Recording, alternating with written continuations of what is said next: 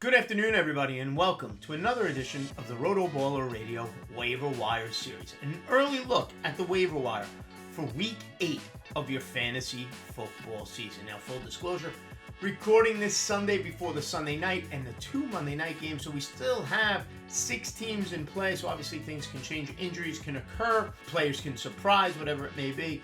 So be mindful, check the chat here on the RotoBaller YouTube channel for any additional players that may come along. As always, we use Yahoo roster percentages as our talking point, trying to keep it to players rostered in 50% or less of leagues.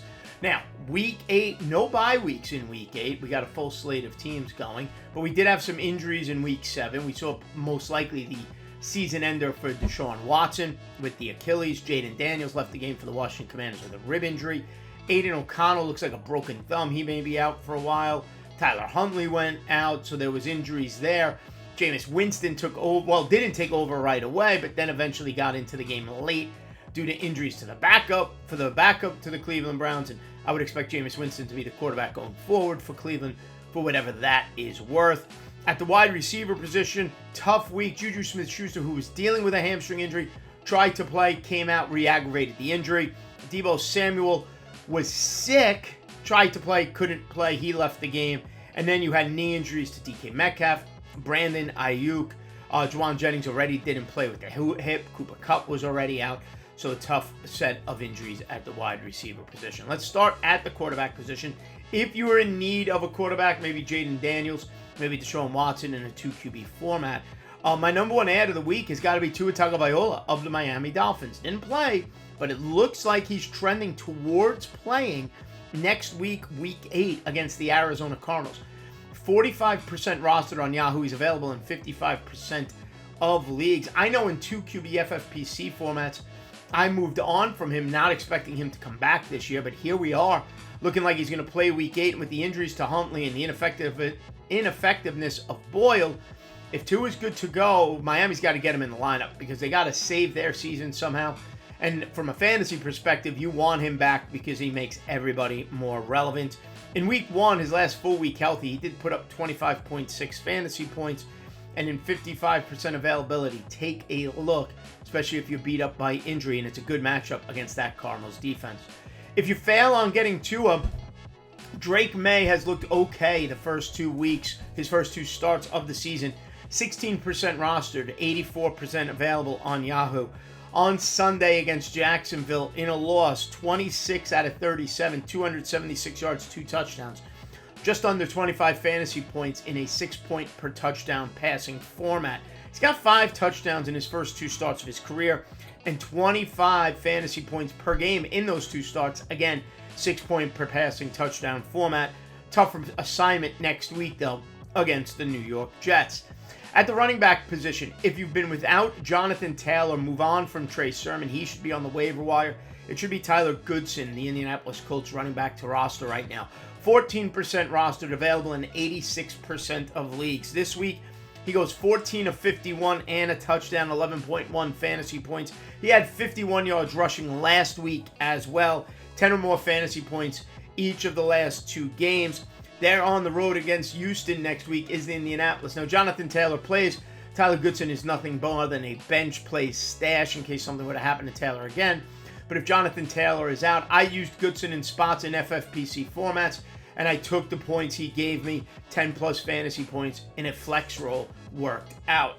Also, running backs to be mindful of as the trade deadline approaches. Kendra Miller of the New Orleans Saints. Alvin Kamara is saying he doesn't want to go. He hasn't requested a trade, but stranger things will have happened. We heard the same about Amari Cooper.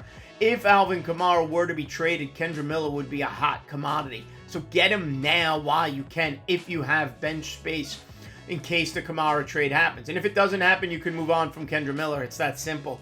He's available in 96% of leagues. This week he had 6 carries, 36 yards, 2 catches for 5.7 points. Again, not the point, though. Next week against the Chargers, it's a hedge your bet in case the Saints decide to completely give up on the season and move on with that from Alvin Kamara. An older running back may have value to a team like the Cowboys or somebody looking for a running back. Same goes for Khalil Herbert of the Chicago Bears. We know he's third on that depth chart behind DeAndre Swift and behind Rashawn Johnson, Khalil Herbert, you hear rumors of him potentially moving. These running backs, if they land in the right spot, could end up having an increased value. Well, Kendra Miller can have value if Alvin Kamara moves. Khalil Herbert could have value if he is the player that moves. My final running back to add is Ray Davis of the Buffalo Bills. 26% rostered, about 74% available. Coming off a fantastic Week 6. James Cook comes back Week 7, and Ray Davis does his damage in garbage time. I'm not denying that. 5 for 41, the late touchdown, a catch, 1 catch for 6 yards. I can't speak this morning. 11.7 fantasy points. He's got 30 fantasy points in the last 2 games. Again, Ray Davis is an add and a bench stash, especially if you have James Cook, or if you don't have James Cook, just to hedge. Because if James Cook were to go down again, if that toe injury or something else were to flare up, Ray Davis goes immediately into lineups. He becomes a top 24 running back. So when you have a backup running back who projects to, be similar to the starter in terms of fantasy production, he shouldn't be on the waiver wire, because then you're going to overspend on fab. You're going to be panicked. Get him now while you can, while nobody's paying attention. Buffalo on the road against the Seattle Seahawks next week. Now, at the wide receiver position, where we were beat up by injury this week, a couple of players to be mindful of.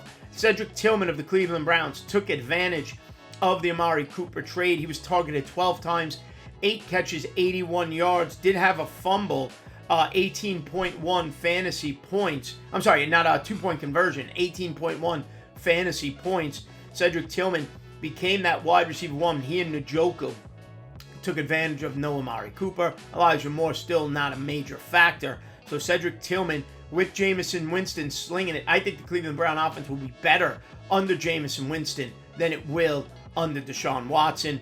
Next up, though, tough matchup, the Baltimore Ravens. Keon Coleman of the Buffalo Bills had his breakout game of the season, and it makes for an interesting situation in Buffalo. That's suddenly that passing attack. If Keon Coleman keeps going, with Amari Cooper coming, and I didn't play Amari Cooper because the reports were we weren't sure of snap share. He'll be in my lineups going forward. Fantastic game for Amari Cooper. But Keon Coleman targeted 7 times, 4 for 125, 16.5 fantasy points in a PPR format. On the road against Seattle, that's a terrific matchup to take advantage of. Keon Coleman is 32% rostered, available 68% of leagues. By the way, Cedric Tillman, available everywhere, 100% of Yahoo leagues. And my final wide receiver to be mindful of, with Brandon Ayuk possibly down. Jawan Jennings already down. It leaves him Deebo Samuel when he's no longer sick. Somebody has to step up. I'd expect that to be Ricky Pearsall, the first-round pick of the 49ers. 13% rostered, available in 87% of leagues. Only 3 catches for 21 yards in his debut against the Kansas City Chiefs on Sunday, but an opportunity has now arisen for him. A path to playing time has been cleared, and Ricky Pearsall could quickly become the wide receiver 2 and a PPR target for Brock Purdy going forward against the Dallas Cowboys in Week 8, all the 49ers. And finally, at the tight end position, 3 players to be mindful of. Hunter Henry is enjoying the Drake May experience. He's 31% rostered, 9 targets, 8 for 92 against Jacksonville, 17.2 fantasy points. He's got 30 fantasy points over his last 2 weeks as the New England Patriots go up against the New York Jets. With those 30 fantasy points came 14 targets. Same goes for Jonnu Smith of the Miami Dolphins. 4% rostered, available in 96% of leagues. Now understand, if Tua is back, it doesn't necessarily help Jonnu Smith. It's going to be Tyreek Hill, it's going to be Waddle, it's going to be A-Chain. So be mindful of that. I prefer Hunter Henry, okay? But can't ignore 7 catches on 7 targets, 96 yards, and a touchdown. 22.6 fantasy points for Jonnu Smith. He's got 33 fantasy points over his last 2 with 15 targets. But my favorite tight end to add of the week is the rookie in Carolina, Jatavian Sanders.